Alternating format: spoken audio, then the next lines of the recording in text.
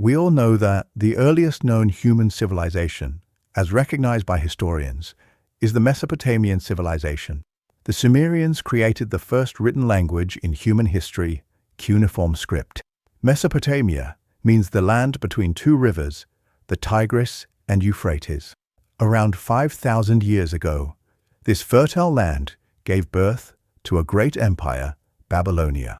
Around 1900 BC, King Hammurabi rose to power.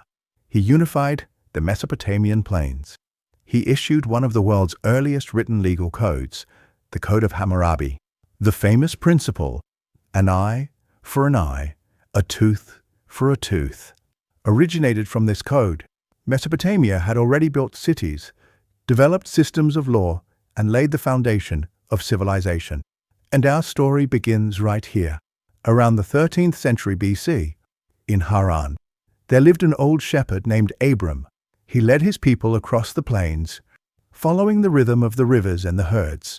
One day, as he tended his sheep by the riverbank, he heard a voice, clear and powerful, yet there was no one around. It was the voice of God. God said, "Abram, you are the one I have chosen. I will bless you and your descendants. I will grant you a sacred land."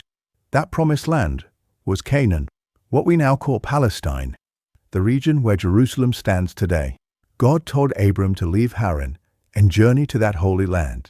He promised, "I will bless those who bless you, and curse those who curse you." Then, God gave him a new name, Abraham, which means father of many nations. From him, great peoples would rise, and the belief in one true God would begin. At that time, humanity still lived in an age of polytheism. People worshipped the sun, the moon, and the spirits of nature. But Abraham became the first to believe in the one God. His people, who had come from beyond the Euphrates, were called the Hebrews, a name meaning those from across the river. Abraham set out with his wife Sarah, his nephew Lot, and their followers. After a long journey, they reached Canaan, but soon famine struck, and they were forced to flee to Egypt. Egypt, nourished by the Nile, was a land of abundance, ruled by the mighty Pharaoh. Sarah's beauty worried Abraham. He feared others might covet her and kill him, so he told everyone that she was his sister. As he feared, Sarah's beauty caught the eye of Pharaoh's court. She was taken into the royal palace. Abraham received generous gifts in return, but his heart was heavy. That night, he prayed to God, "Lord, you promised me countless descendants. But how can that be when my wife is gone?" Then God appeared to Pharaoh in a dream, warning him that he had taken another man's wife. If he did not return her, disaster would fall upon his house. The next day, Pharaoh's entire household was struck by illness, except Sarah. Terrified, Pharaoh summoned Abraham and said, "Why did you deceive me? Why did you not tell me she was your wife?"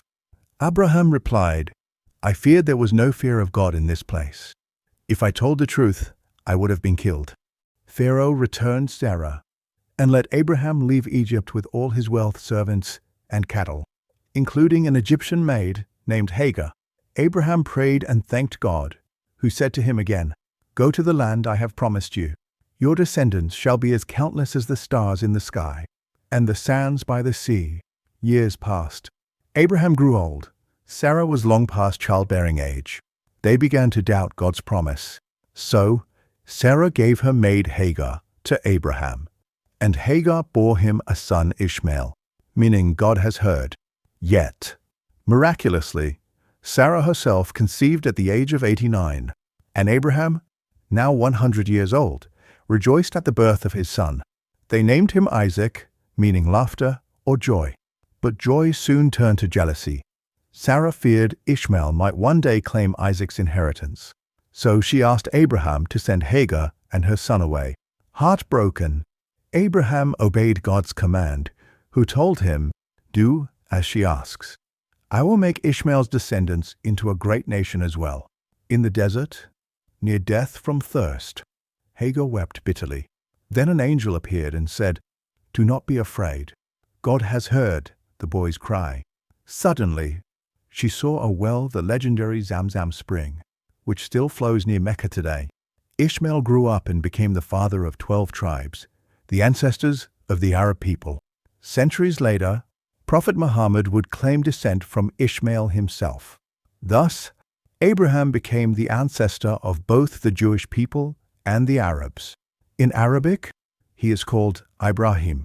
If this ancient story is true, then the Palestinians and Israelis, locked in endless conflict today, are, in truth, children of the same father brothers divided by time.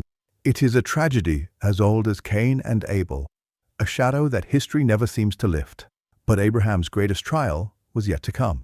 One day, God said, "Take your beloved son, Isaac, and offer him as a sacrifice to me." Abraham struggled through a night of silence, then took Isaac up Mount Moriah. The boy asked, "Father, we have the fire and the wood, but where is the lamb for the offering?" Abraham replied softly, "God will provide." When he raised the knife to his son's throat, an angel appeared. "Stop. Do not harm the child. Now I know your heart is faithful." Just then, a ram appeared, caught in a thicket. Abraham offered it instead, and from that moment came the idea of the scapegoat. This powerful story has inspired countless artists, Titian, Caravaggio, Rembrandt, each capturing that moment of divine faith and human anguish, the trembling balance between belief and love. Through Abraham's journey, we see the roots of three great faiths, Judaism, Christianity, and Islam, all tracing their origin to one man's unwavering faith. In our next chapter, we will continue with the story of the birth and wandering of the people of Israel.